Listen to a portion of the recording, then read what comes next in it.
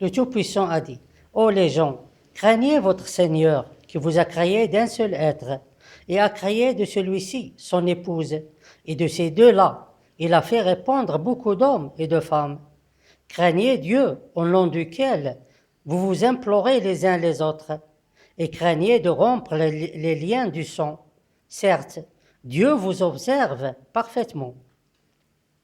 Souvent, lorsque nous utilisons le mot les gens dans un discours ou dans une phrase compréhensible, alors nous voulons parler des hommes et des femmes aussi. Mais parfois, même si on utilise le mot les gens, alors on veut parler dans une partie d'un discours ou dans une autre que des hommes. C'est presque pareil dans le message de Dieu Tout-Puissant. En effet, le mot les gens est utilisé dans les deux cas. Dans le premier cas, où le mot veut dire à la fois les hommes et les femmes, alors tout est clair et rien à ajouter.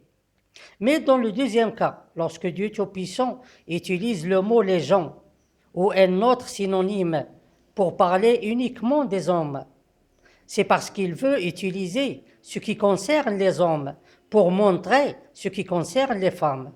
C'est-à-dire qu'il utilise des choses qui sont spécifiques pour une certaine chose, pour construire d'autres choses spécifiques pour une autre chose différente.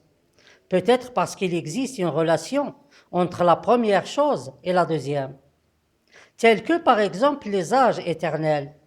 Dieu Tout-Puissant a précisé dans son message révélé à ses honorables messagers les âges dans cette vie éternelle que nous vivons aujourd'hui sur cette terre pour les hommes éternels.